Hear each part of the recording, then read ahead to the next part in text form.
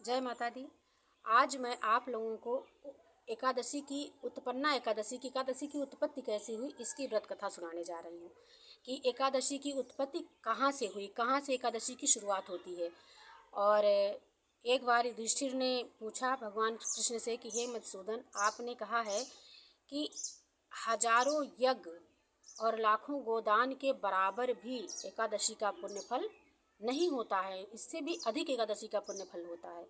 कृपया करके आप मुझे बताइए कि एकादशी की उत्पत्ति कैसे हुई और एकादशी का महात्म्य क्या है। तब भगवान कृष्ण ने युधिष्ठिर से कहा कि युधिष्ठिर, यदि तुम जानना चाहते हो एकादशी की उत्पत्ति के बारे में तो मैं तुम्हें सुना रहा हूँ, ध्यान से सुनो। भगवान कृष्ण ने कहा कि एक बार सूत जी बैठे थे। यही प्रश्न सूत जी से नारद जी ने किया था कि हे प्रभु, आप मुझे एकादशी की उत्पत्ति की कथा सुनाइए। तब सूत जी ने बताया कि सतयुग में एक मुर नामक राक्षस हुआ। वह मुर नामक राक्षस अत्यंत बलवान पराक्रमी था और बल और पराक्रम के मद में चूर वह स्वर्ग पे अधिकार कर लिया और अमरावती नगरी से सारे देवताओं को पृथ्वी पर पटक दिया, मित्रलोक भेज दिया। मित्रलोक में आकर के देवता इधर उधर भटकने लगे, कंदराओं और गुफाओं में छुपने लगे। उधर वह सबका अधिष्ठाता बन बैठा और देवता त्रस्त होकर दुखी होकर के भगवान शंकर के पास जाते हैं और भगवान शंकर से अपनी विनती करते हैं कि हे प्रभु, मुर नामक राक्षस हम लोगों का अधिकार छीन लिया है, स्वर्ग पे अधिकार कर लिया है, हम लोगों को पृथ्वी पर पटक दिया है, अमरावती से निष्कासित कर दिया है। कृपया करके आप उसके वध का कोई उपाय बताइए। भगवान शंकर ने कहा कि उस राक्षस के वध का उपाय तो केवल भगवान विष्णु ही बता सकते हैं। आप सब लोग भगवान विष्णु के शरण में जाइए, उनकी स्तुति कीजिए, वही ही उसका वध करेंगे। सारे देवता क्षीर सागर गए, जहाँ भगवान विष्णु शयन कर रहे थे। वहाँ जा कर के वे हाथ जोड़कर विनम्र भाव से भगवान विष्णु की स्तुति करने लगे। देवता कहते हैं कि हे प्रभु, हे सर्वेश्वर, हे पृथ्वी के पालन करता, हे सब के रक्षक, आप कृपया करके हम लोगों की रक्षा कीजिए। हम लोग राजभ्रष्ट और पराजित होकर के आपके पास आए हैं, आप हम लोगों पर कृपा कीजिए। भगवान देवताओं को देखते हैं, देखने के बाद पूछते हैं कि बताओ तुम्हारे यहाँ आने का क्या कारण है। तो इंद्र कहते हैं कि हे प्रभु, एक मुर नामक राक्षस है जिसने हम लोगों को अमरावती नगरी से निकाल दिया है और राजभ्रष्ट कर दिया है। हम लोग इधर उधर भटक रहे हैं और कष्ट भोग रहे हैं। भगवान ने कहा तुम विस्तार से बताओ कि इसका नगर क्या है या इसकी राजधानी क्या है और ये कैसे इसकी उत्पत्ति हुई। तो इंद्र ने कहा हे प्रभु, एक चंद्रावती नाम की नगरी है जहाँ पर नाड़ी जंग नाम का एक राक्षस है और वह ब्रह्मवंश में जन्म लिया है और नाड़ी जंग नाम का एक राक्षस है जो मुर का पिता है। मुर अत्यंत बलवान और पराक्रमी है, उसके बल और पराक्रम का कोई था नहीं है।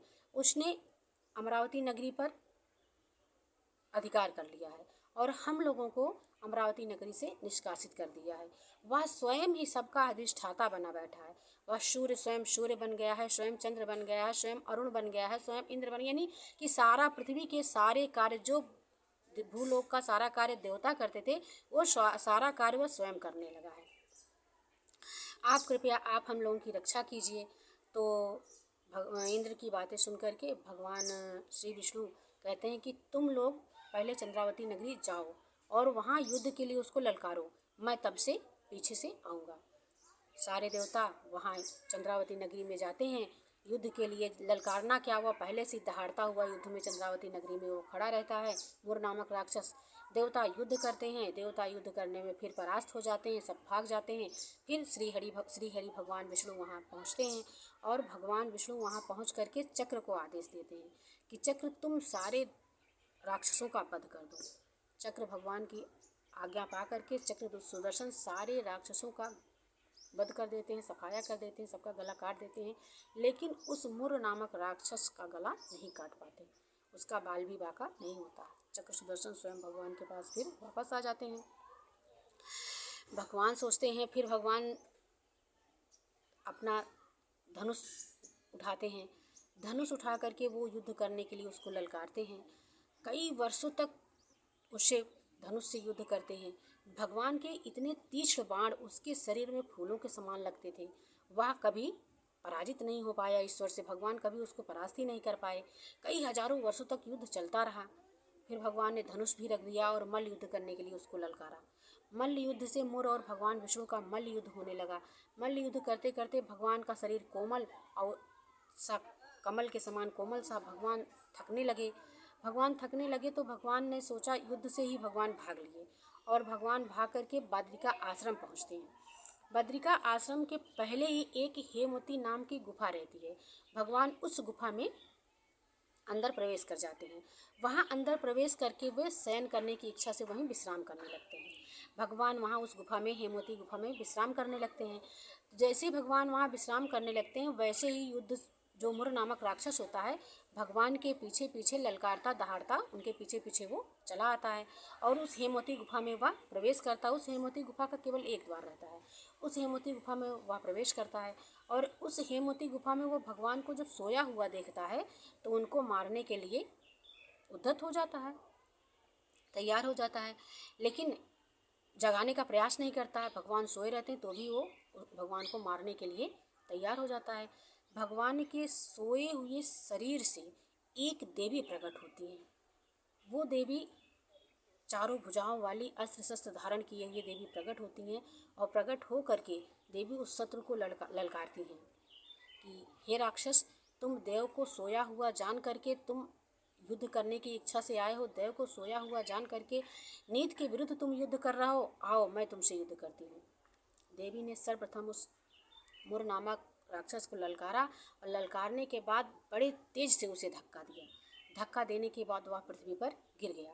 जैसे ही वह पृथ्वी पर गिरता है और फिर उठने का प्रयास करता है, तभी देवी अपनी खड्ग उठाती हैं और खड्ग से उसके सर के सैकड़ों टुकड़े कर देती है और मुर नामक राक्षस का वध कर देती है। तो जब उस मुर नामक राक्षस का वध उन देवी द्वारा हो जाता है, तब भगवान श्री कृष्ण, भगवान श्री विष्णु योग निद्रा से जागते हैं। जागने के बाद देखते हैं कि इस देवी ने मुर नामक राक्षस का वध किया है। भगवान विष्णु बहुत प्रसन्न हो जाते हैं और कहते हैं, हे देवी, तुमने इस राक्षस का, जिसका वध मैंने नहीं कर पाया और तुम इस राक्षस का वध की हो, इसलिए तुम मुझसे जो वरदान मांगना चाहती हो मांग लो। तो वो देवी कहती हैं कि हे प्रभु, यदि आप मुझे वरदान देना चाहते हो तो आप मुझे ये वरदान दीजिए कि जैसे लोग आपकी पूजा करते हैं वैसे लोग मेरा भी व्रत करें, मेरी भी पूजा करें और आपके साथ मेरी पूजा हो और उन लोगों को मोक्ष की प्रदान हो।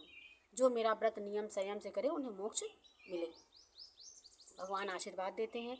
उस दिन एकादशी का दिन होता है। जिस दिन वो देवी प्रकट होती हैं वो मार्गशीर्ष के कृष्ण पक्ष की एकादशी रहती है। उस दिन उन देवी का प्रादुर्भाव होता है। वो जगत तारिणी विश्वपालिनी देवी जो उत्पन्न होती हैं, उनका नाम भगवान उत्पन्ना एकादशी के नाम से रख देते हैं कि हे देवी, तुमने विश्व की रक्षा की है, इस दैत्य से देवताओं की रक्षा की है, इसलिए तुम सर्व पाप हारणी हो और तुम्हारा व्रत जो भी करेगा वो सर्व पापों से मुक्त हो जाएगा और सीधे मोक्ष को प्राप्त करेगा। भगवान देवी को ये आशीर्वाद देते हैं और वो उसी से वो देवी वहीं से अंतर्ध्यान हो जाती हैं। यही उत्पन्ना एकादशी की व्रत है। यहीं से उत्पन्ना एकादशी की उत्पत्ति होती है। मार्गशीर्ष के कृष्ण पक्ष की जो एकादशी आती है उसी दिन एकादशी की उत्पत्ति होती है। यह इस एकादशी का महात्मा बहुत बड़ा है, क्योंकि प्रबोधिनी एकादशी के बाद ही उत्पन्ना एकादशी आती है, क्योंकि सबसे आखिरी एकादशी प्रबोधिनी एकादशी और एकादशी की जहाँ उत्पत्ति हुई थी वो आपकी उत्पन्ना एकादशी है, जो मार्गशीर्ष के कृष्ण पक्ष में पड़ती है और इनका बहुत बड़ा महत्व है। हजारों यज्ञों और लाखों गोदान के बराबर भी कोई एकादशी के पुण्य का फल कोई नहीं प्राप्त कर सकता, क्योंकि एकादशी का पुण्य फल हजारों यज्ञों और लाखों गोदान से भी अधिक है। भगवान कृष्ण ने युधिष्ठिर को स्वयं बताया है, इससे अधिक है। इसलिए नियम संयम से हमें एकादशी के व्रत का पालन करना चाहिए और कथा श्रवण करना चाहिए। कथा श्रवण करने से हमारे सारे पाप नष्ट हो जाते हैं और हमें श्री हरि की शरण की कृपा मिलती है और मोक्ष की प्रदाती एकादशी ही है। एकादशी का व्रत नियम संयम से करने से लोग मोक्ष को प्राप्त होते हैं। श्री सीताराम, श्री सीताराम, श्री सीताराम।